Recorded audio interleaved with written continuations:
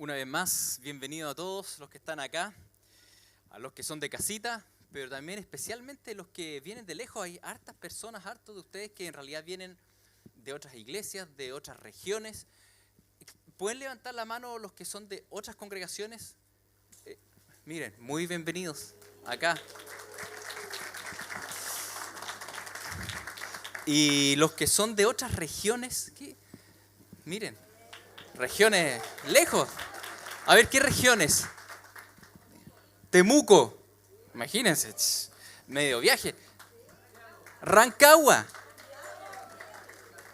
Santiago, muy bien.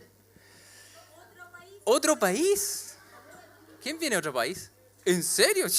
Mira. Allá también, a ver. También ustedes, bienvenidas también. Miren, qué lindo poder juntarnos en torno a la palabra del Señor y en torno a lo que es la misericordia. Yo soy Claudio Fuentes, soy pastor de esta iglesia. Como familia, personalmente, nosotros tenemos 4 hijos, 2 biológicos, 1 en proceso de adopción, una hija de acogida, que ahora ya está en adopción, pero la sigo considerando mi hija. Así que ha sido todo un caminar, un proceso, y quiero que hablemos al respecto. Antes de hablar lo que es la misericordia, lo que es la misericordia hacia la infancia vulnerada, lo primero que tenemos que establecer son las bases de la doctrina de Dios. Las doctrinas de Dios son qué es lo que Dios dice de sí mismo. Y eso es la base para todas las demás enseñanzas. Da lo mismo si uno habla del futuro escatología o salvación soteriología o lo que es la misericordia. Siempre hay que poner como base quién es Dios y cómo es Dios. Y lo primero que quiero sacar a relucir, para que quede bien claro en nosotros, es que la Biblia dice que el Dios trino, Padre, Hijo, Espíritu Santo, si bien es un solo ser, en 3 personas, cosa inexplicable, ¿no es cierto? No lo logramos entender bien, es un ser tripersonal. Dios en sí mismo está pleno y está feliz. Es importante que entendamos eso. Dios está feliz. Dios, desde antes que existieran todas las cosas, Él ya es, dice la Escritura. Y Él ya está plenamente feliz en sí mismo, en la relación intratrinitaria. Uno diría entonces, si estaba todo bien, ¿para qué creó las cosas? Es porque en esa explosión de amor, Dios quiso glorificarse más. Y cuando hablamos de la gloria de Dios por sí mismo, no es una egolatría. Es que el Padre quiere exaltar al Hijo, el Hijo quiere exaltar al Espíritu, el Espíritu al Hijo, el Hijo al Padre. Hay una glorificación mutua. Y dice la Escritura que cuando Dios creó todas las cosas, lo creó por sí mismo, pero también dice para sí mismo. ¿Se acuerdan del texto bíblico? Todo fue creado por y para Él. Si les salta alguna duda de la relación intratrinitaria, en los evangelios lo vemos mucho más claramente con Cristo encarnado, el Hijo de Dios acá en medio de nosotros. Dame la primera. Dice, hubo una voz de los cielos que decía, este es mi Hijo amado, en quien tengo complacencia. ¿Quién habló? El Padre Chocho. Fíjense el tono de alegría. El Padre, rebosante de alegría y de amor hacia el Hijo, hace esta declaración pública. Este es mi Hijo, no es solo este mi Hijo, es mi Hijo amado. Veamos otro texto. En Salmos 16, les pido perdón que se corrieron ahí las diapos, Salmo 16, del 10 al 11, dice, porque no dejarás mi alma en el Seol, ni permitirás que tu santo vea corrupción. Me mostrarás la senda de la vida, en tu presencia hay plenitud de gozo, delicias a tu diestra para siempre. ¿Quién escribe este salmo? David. Pero el Nuevo Testamento, cuando cita los salmos, dice que el Espíritu Santo inspiró esto, indicando a Cristo. De hecho, este es el texto que Pedro ocupa en la primera predicación en Pentecostés. Y Pedro dice, estas son las palabras de Jesús. Fíjense, ustedes después pueden revisar Hechos 2, ¿ya? Hechos 3 y dice, si entendemos que estas son las palabras de Jesús, porque está hablando de su resurrección, dice, Jesús dice esto, no dejarás mi alma en el Seol, esa es la confianza del Hijo hacia el Padre, ni permitirás que tu santo vea corrupción. De hecho, el cuerpo de Jesús no se pudrió, ¿no es cierto? 3 días y se levantó, ninguna podredumbre, dice. Me mostrará la senda de la vida, en tu presencia hay plenitud de gozo. ¿Quién le dice esto? El Hijo al Padre. Está mirando esto, dice, yo voy a morir, pero tú me vas a resucitar. Voy a tu presencia, en tu presencia tengo plenitud de gozo y delicias a tu diestra para siempre. ¿Qué está diciendo el Hijo? Que a la diestra del Padre, donde Jesús está hoy día, hay delicias para siempre, hay gozo, hay plenitud.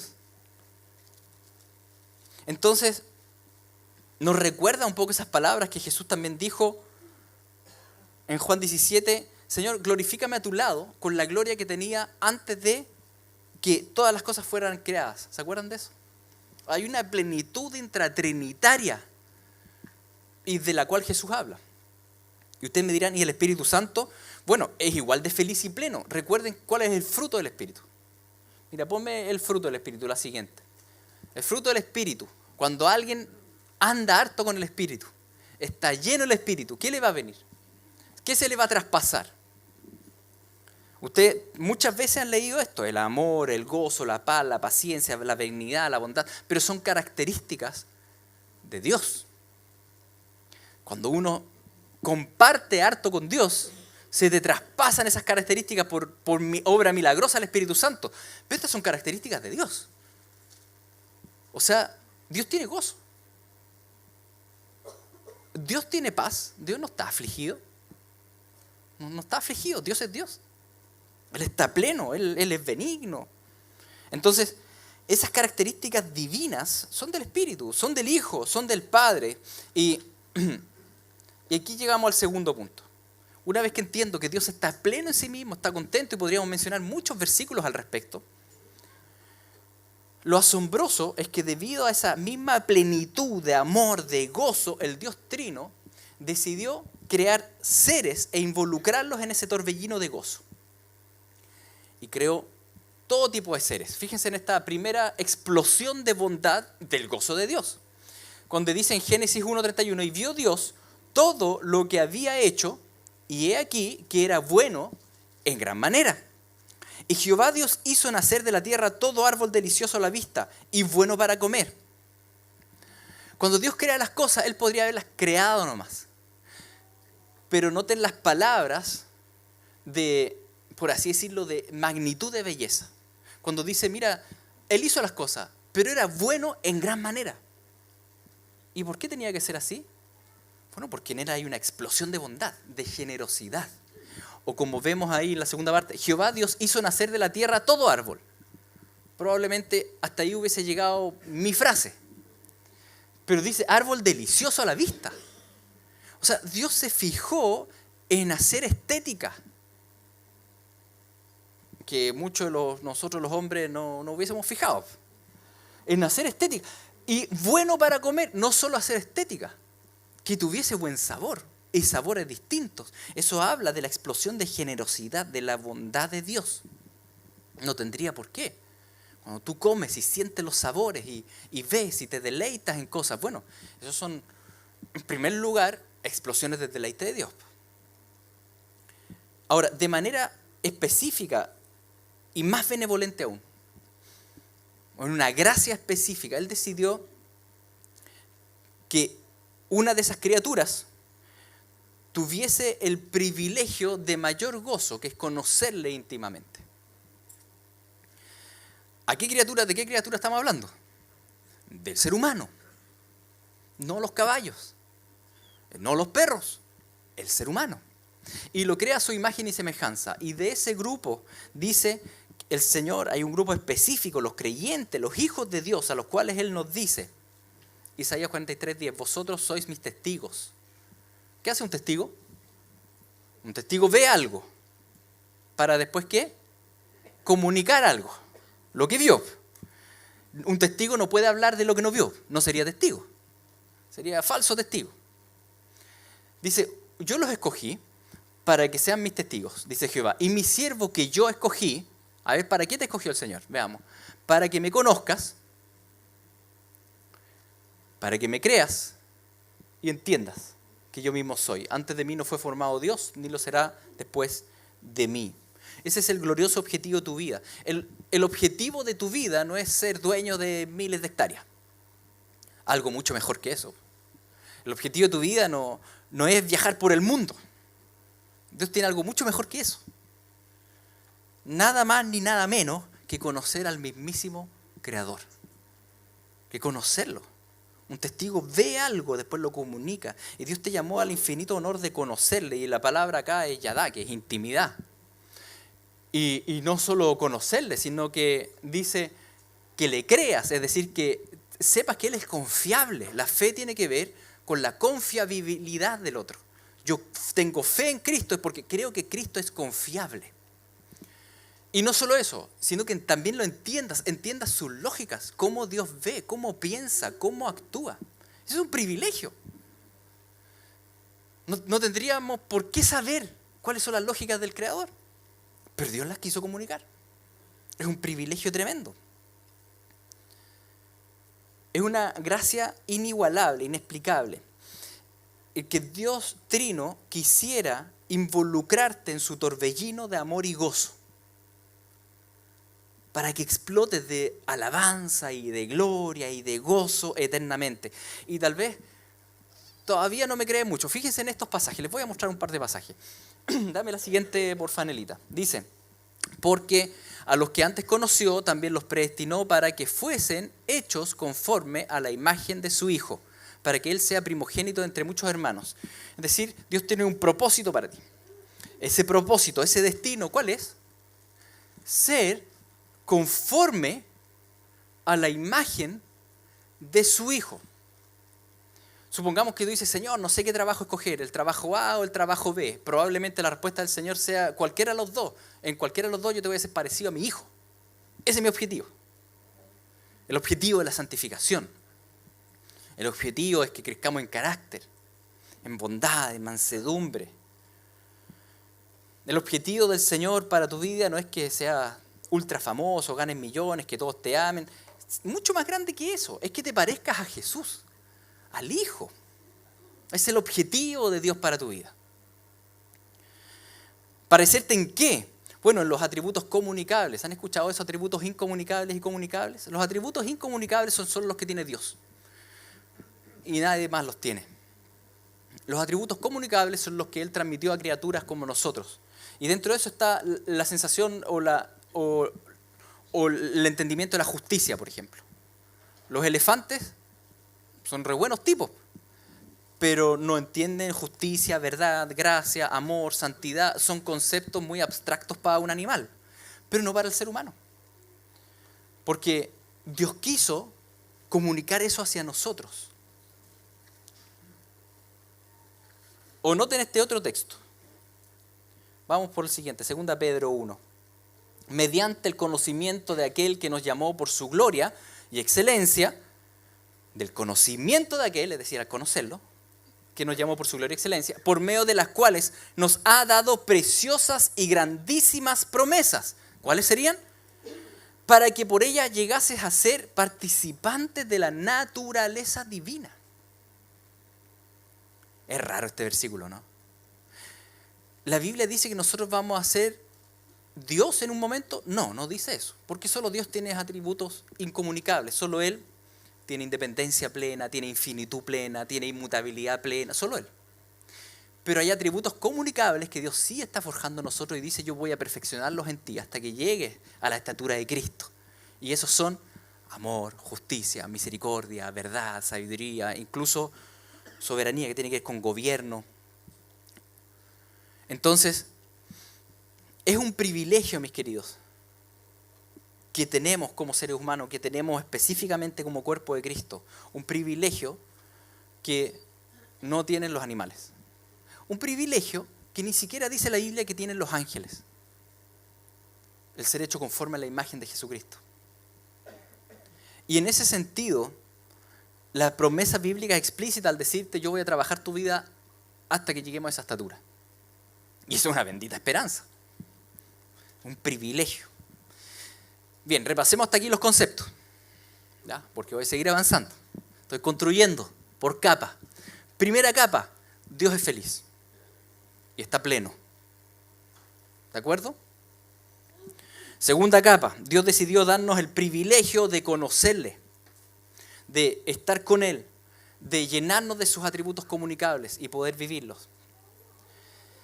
Tercera capa, que es lo que voy a hablar un poco ahora, para hacer eso, para ser como Jesús hay que conocerle, pero ese conocerle no es un conocimiento de pizarra, es un conocimiento de cancha. No es sentado en la sala de clase. Dios quiere que amemos como Él lo hace, que tengamos misericordia como Él lo hace. Pero Dios no nos pide simplemente características y dice, ustedes hagan esto y listo. Él lo que hace, como el mejor maestro de todos, el primero siempre nos da el ejemplo. No hay nada que Dios te pida que Él no haya hecho por ti primero. Él lo hizo por ti. ¿Qué hizo Dios por ti? Veamos el siguiente versículo. Efesios 2, 3 al 5. Nosotros vivimos en otro tiempo en los deseos de nuestra carne, haciendo la voluntad de la carne y de los pensamientos. Éramos por naturaleza hijos de ira, lo mismo que los demás. Pero Dios, que es rico en misericordia, por su gran amor con que nos amó, aun estando nosotros muertos en pecado, nos dio vida juntamente con Cristo. Por gracia sois salvos. Analicemos este texto. En primer lugar, nosotros no éramos buenos como para que el Señor nos escogiera, ¿no es cierto? No éramos buenos cuando Dios nos buscó, éramos malos, dice. Dice acá, por ejemplo, el texto dice carnales, pecadores, y tal vez lo que más nos duele es esa frase al medio, a ver, dame la siguiente, Nelly, que dice lo mismo que los demás. Tal vez. ¿Has reclamado por los políticos? Ahí le dice, no eres mejor. ¿Has reclamado por la delincuencia, los delincuentes? La Biblia dice, no eres mejor. ¿Has reclamado por la farándula? La Biblia dice, no eres mejor. Lo mismo que los demás. Lo mismo. Entonces, ¿por qué estamos hoy día con el Señor? Si somos lo mismo que todos los demás. Hay algo que pasó, y lo que pasó, dice el texto, es que Dios tuvo, dame la siguiente, tuvo misericordia, amor y gracia. Ocupa 3 términos: misericordia, amor y gracia. Si eres creyente y vas a alguna iglesia, probablemente has escuchado muchas veces esos términos: amor, misericordia, gracia. La pregunta es, ¿los entiendes? ¿Entiendes el concepto? ¿A qué se refiere la Biblia cuando habla de esos 3 términos? O dicho de otra manera, si yo te preguntara, ¿cuál es la diferencia entre el amor y la misericordia? ¿O cuál es la diferencia entre la misericordia y la gracia? ¿Me lo podrías decir? Me lo preguntaron hace 2 meses o 1 mes y no pude responder. Entonces quedé con la tarea y hoy día lo respondo. Aunque no me lo preguntaron acá. Bueno. El amor, dame la siguiente, ese afecto entrañable. Un afecto entrañable, de deleite en el otro, que busca el máximo bien del otro, no importando el costo. Ese es el amor. El padre ama al hijo. Tiene un afecto entrañable por el hijo ama al padre. Así también, increíblemente, la Biblia dice que así mismo el Padre te ama a ti. Es un afecto entrañable, fíjense, de deleite. Y que busca tu máximo bien. Por eso la Biblia dice cosas como esta: no importa lo que te pase, todo el Señor lo va a tornar en bien. Y uno dice, ¿pero cómo? Bueno, por el amor de Dios. Ese afecto entrañable que tiene. Todo. Tú has vivido en parte ese amor de Dios, tú ya lo has experimentado, aunque Dios tiene mucho más para darte, una eternidad de gozo en cuanto al amor. ¿Qué es la misericordia? No es lo mismo que el amor. La misericordia es la bondad de Dios hacia los miserables, hacia los necesitados. La bondad de Dios. La bondad es amable generosidad de Dios hacia las criaturas, como lo vimos en el texto de Génesis. Esa es la bondad, una generosidad benévola hacia las criaturas. Bueno, la misericordia es una sección específica de la bondad. Y tiene que ver con ser bondadoso con los miserables y necesitados. Fíjese que la Biblia nunca dice que el Padre es misericordioso con el Hijo. ¿Por qué no lo dirá? Porque el Hijo no es miserable, ni tiene necesidad. Es Dios. Sí dice que el Padre ama al Hijo. Pero la misericordia del Padre no es hacia el Hijo, es hacia los miserables. Y en este caso, el texto bíblico lo ocupa ¿hacia quién? Hacia ti y hacia mí. Tú eres, yo soy los miserables. ¿Te habías considerado alguna vez miserables? Para entender la misericordia de Dios, tú tienes que entender que eres miserable. Si no, no entiendes el término misericordia. La vulnerabilidad, la necesidad. Dios tuvo misericordia de ti. ¿Y la gracia? La gracia es distinta a la misericordia en lo siguiente. Ustedes, yo creo que me podrán decir, ¿qué es la gracia? Y todos me dirán, un favor no merecido. La bondad hacia los que no se lo merecen. Esa es la gracia. Por eso en la Biblia se ocupa mucho el término gracia respecto al pecado, a los pecadores. Porque si has pecado, no te mereces bondad. Si has pecado, no te mereces amor. No te mereces misericordia. Por tanto, la misericordia y la gracia tienen tintes distintos. Asimismo, dice el texto de Efesios, Dios te amó, Dios tuvo de ti misericordia y todo eso por gracia, porque de que lo merecía, para nada. Para nada, dice. Esa es la obra salvífica de Dios sobre tu vida, por pura bondad misericordiosa, por puro amor, por gracia. Y la Biblia va a insistir en estos temas. Y Dios hace, y Dios al hacer esto, al amarte, al tenerte misericordia, al tener gracia, Dios sufrió. Y la respuesta bíblica es, sí, sufrió. ¿Qué sufrió? La cruz. Dios sufrió la cruz. Claro que sufrió. Pero también la Biblia dice, pero el gozo de Dios es mayor. Por el gozo puesto delante de él, Jesús fue a la cruz. ¿Se acuerdan de Hebreos 12? Fue a la cruz y murió, pero por un gozo puesto delante. Por un gozo. Ese gozo delante, ¿quién era? El Padre. La diestra del Padre. ¿Qué habíamos dicho que es el plan de Dios para tu vida? ¿Cuál es el plan de Dios para tu vida? Es que seas igual a Jesús en sus atributos comunicables. Ya. Él te predestinó para ser hecho conforme a la imagen de su Hijo. Por tanto, ¿qué va a comandar Dios a sus hijos, a su iglesia? Él va a comandar que cada uno haga precisamente lo que Jesús hizo por nosotros. No te está pidiendo que tú hagas algo que Él no hizo, sino que hagas lo que Él hizo. Lo que Él hizo. ¿Se acuerdan? Yo creo les voy a hacer un resumen de un par de pasajes. Dame los 3 pasajes. Un mandamiento nuevo les doy, que se amen unos a otros, como yo los he amado, que también se amen unos a otros. ¿Por qué dice que un mandamiento nuevo? ¿No que en el Antiguo Testamento ya salía que había que amar? ¿Por qué será nuevo? Porque en realidad lo nuevo ahí es que se amen como yo los he amado. Eso es lo nuevo. Que Él se pone como parámetro, porque antes de eso no estaba encarnado. Pero ahora Cristo encarnado nos muestra el parámetro del amor.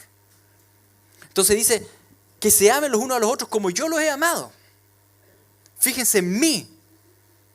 Segundo, dice, id pues y aprended lo que significa misericordia quiero y no sacrificio. Todas estas veces se repite en la Biblia. Tercero, dad de gracia. De gracia recibieron, dad de gracia. Fíjense que los mandamientos, cómo giran en torno a estos atributos comunicables de Dios, y que Él te empieza a pedir lo que Él hace por ti. Amor, misericordia, gracia. Se repiten los términos. Porque el Señor te ama y quiere que de tal palo salga la astilla. Y quiero que absorban esta verdad. Absorban esto.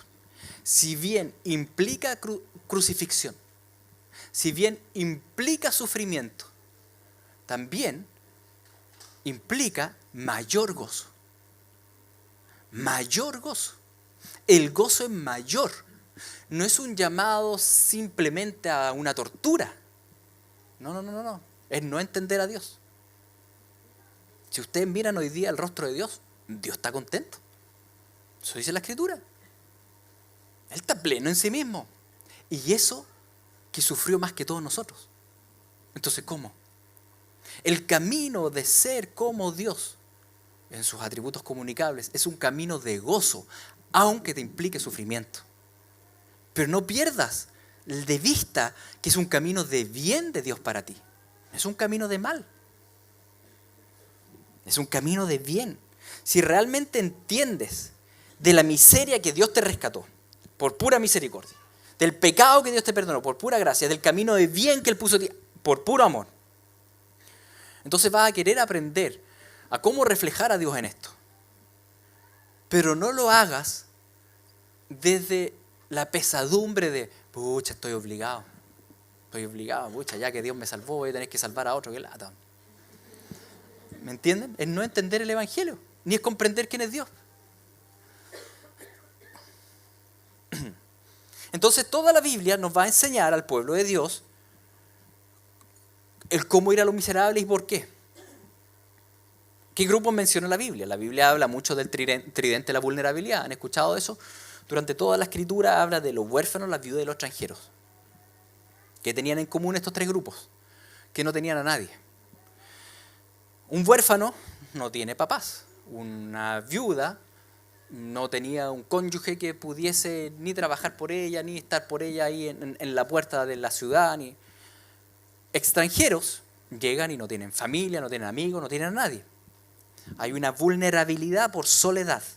Y podríamos detectar muchos más grupos que están presentes en eso. En una vulnerabilidad por soledad. Pero claramente estos tres grupos son representativos de alguna manera. El mandato de cuidar al tridente de la vulnerabilidad está presente en toda la Escritura. Y extrañamente uno de los mayores énfasis de esto es la ley de Moisés. La ley que muchos juzgan como muy severa.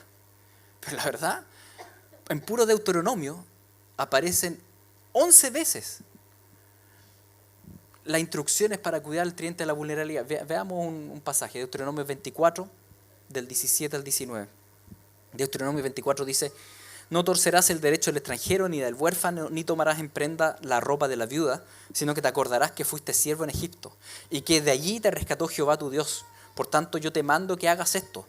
Cuando sigues tu mies en tu campo, y olvides alguna gavilla en el campo, no volverás para recogerla. Será para el extranjero, para el huérfano, para la viuda, para que te bendiga Jehová, tu Dios, de toda obra de tus manos. Es imposible leer la ley de Moisés sin darse cuenta que hay un énfasis transversal con ejercer este cuidado hacia el tridente vulnerable.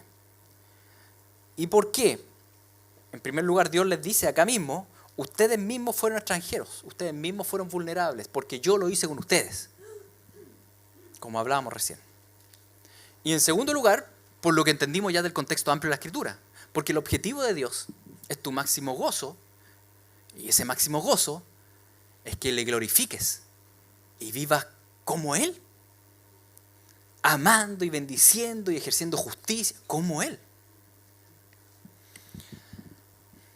El énfasis en los vulnerables no está solo en la ley de Moisés.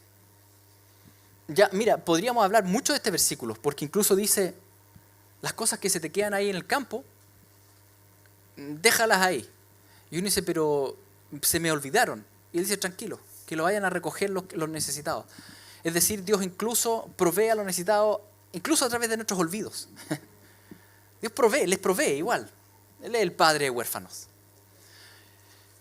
Pero bueno, sigo adelante porque hay otras cosas que hablar. Lo interesante al ver este texto es que hay un énfasis en la ley. Ahora, a lo largo de la Escritura estará este énfasis, dame la siguiente. Si buscamos el término huérfano, va a aparecer un poco más de 40 veces. Viudas, un poco más de 80, y extranjeros, en torno a 90, 100 veces. El total combinado, estamos hablando de 200 menciones en la Biblia. Tal vez tú dirás: no es tanto. Miren, hay doctrinas que son muy importantes en la iglesia que se mencionan mucho menos.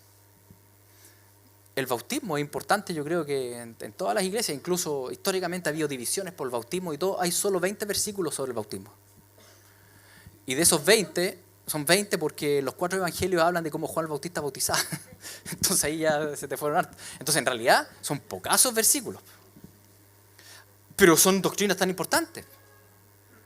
Pero comparado con 200...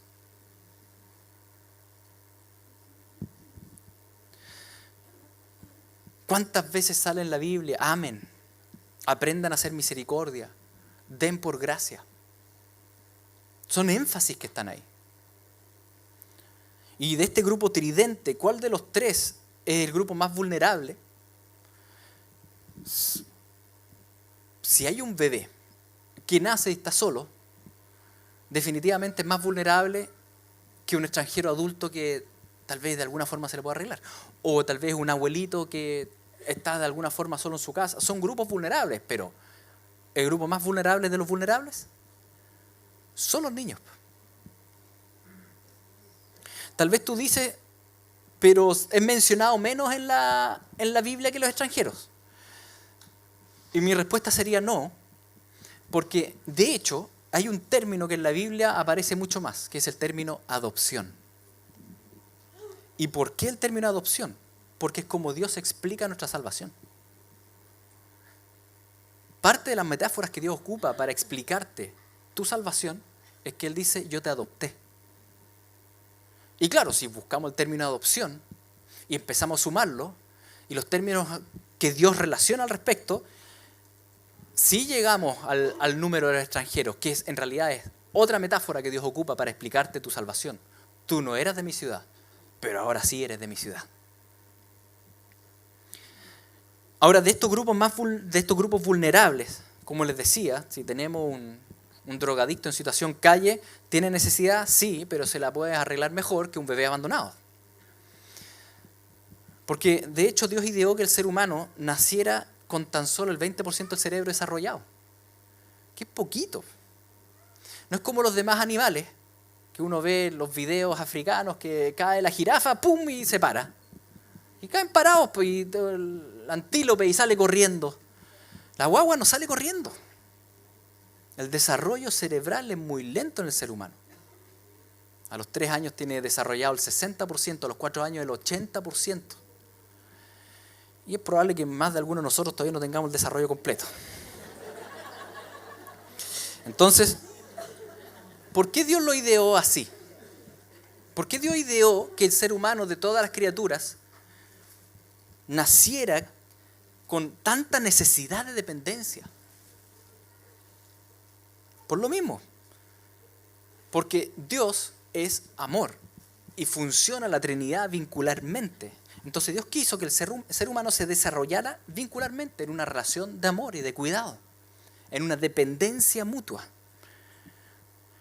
Entonces, por eso genera tanto daño a un niño, a un bebé, comparado a un animal, cuando crece sin figuras de apego, sin figuras paternales. No es lo mismo, mis queridos, no es lo mismo si hay un bebé humano tirado en el hospital a un cachorro de perro que está en la calle. No es lo mismo. Por mucho que amemos los perros, pero en niveles de prioridad, de necesidad, es indiscutible que ese ser humano abandonado está condenado. Un cachorro de perro, no. Entonces, el más vulnerable de los seres nacidos debe ser nuestra absoluta prioridad de amor, misericordia y gracia. Pero es que, Señor, no quería venir a este seminario, porque si no, si acojo, si adopto, si ayudo, después no puedo dormir, va a ser mucho trabajo, es muy cansador, voy a sufrir si acojo y voy a tener que entregarlo. Mire, si me lo dice un inconverso, se entiende a medias. Pero si me lo dice un creyente que experimentó en carne propia el amor, la misericordia, la gracia inmerecida, yo creo que no se entienden esos argumentos. En Chile hoy día hay 638 niños bajo 3 años en residencia. ¿Ya? 640 niños. Ya, 640. Ustedes dicen, uy, un número grande. Estamos hablando de niños entonces que tienen su cerebro no desarrollado más allá del 70%. Todavía están en pleno desarrollo. ¿Es una falla del Estado? No, es una falla de la Iglesia. Es una falla de la Iglesia. Porque en Romanos 13, Dios le pide al Estado algo, ¿qué? Hacer justicia. Pero no les pide que hagan misericordia, amor o gracia. Porque Dios le pediría eso a una institución estatal. Esa no es labor del Estado, sino de individuos salvados por amor, misericordia y gracia. Esa es la Iglesia.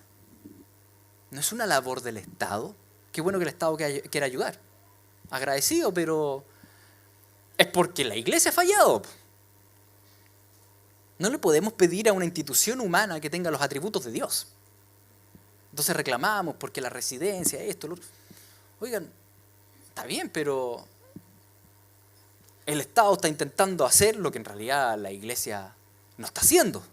Y que es nuestra responsabilidad y que está a lo largo de toda la Escritura. Es la Iglesia, el pueblo de Dios, las familias cristianas las que tienen el mandato de misericordia, de amor y de gracia. Y no solo como entregando migajas a las palomas, sino que entendiendo, yo era el huérfano, yo era el extranjero, yo era el vulnerable. Nosotros somos los primeros miserables pecadores salvados. Entonces, somos las primicias, los primeros adoptados. ¿Cómo no vamos a querer hacer lo mismo por otros?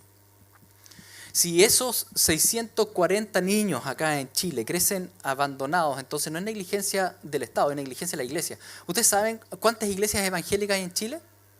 Las cifras están más o menos en torno a 5.000 iglesias evangélicas. 5.000, es decir, una de cada 8 iglesias, solo una que tenga una familia, que acoja a un niño, se soluciona el problema mañana.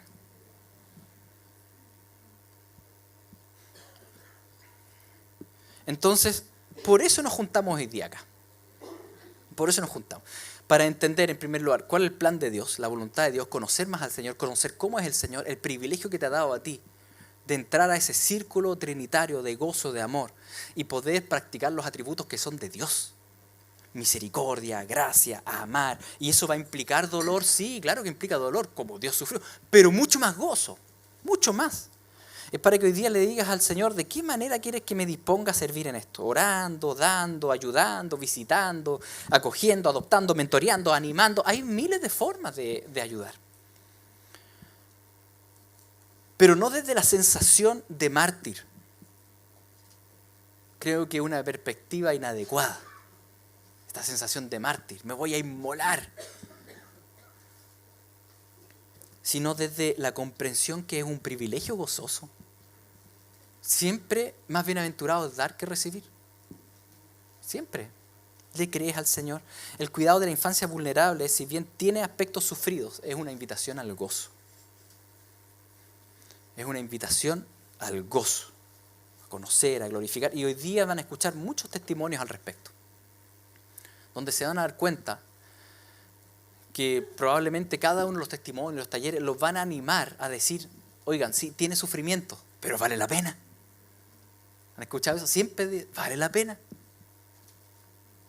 Es entender quién es Dios. Vamos a orar. Padre Santo, te damos gracias porque tú nos permites estar hoy día en este lugar. En primer lugar, para conocerte, para asombrarnos de quién tú eres. Qué maravilloso es que nos hayas permitido ser tus hijos. Que seamos hijos tuyos. Y no solo eso, no somos hijos adoptivos de segunda categoría para ti. Tú quieres que seamos igual que Cristo. Igual que el Hijo. Predestinados para ser hechos conforme a la imagen del Hijo. Qué glorioso, Señor. Cuánto amor. Señor, queremos tomar eso como una bendición, no como una carga. El tener que amar. Tener que tener misericordia o gracia. No, Señor. Qué privilegio ser como tú. Qué gozo ser como tú. Gracias por este tiempo juntos. En el nombre de Jesús. Amén.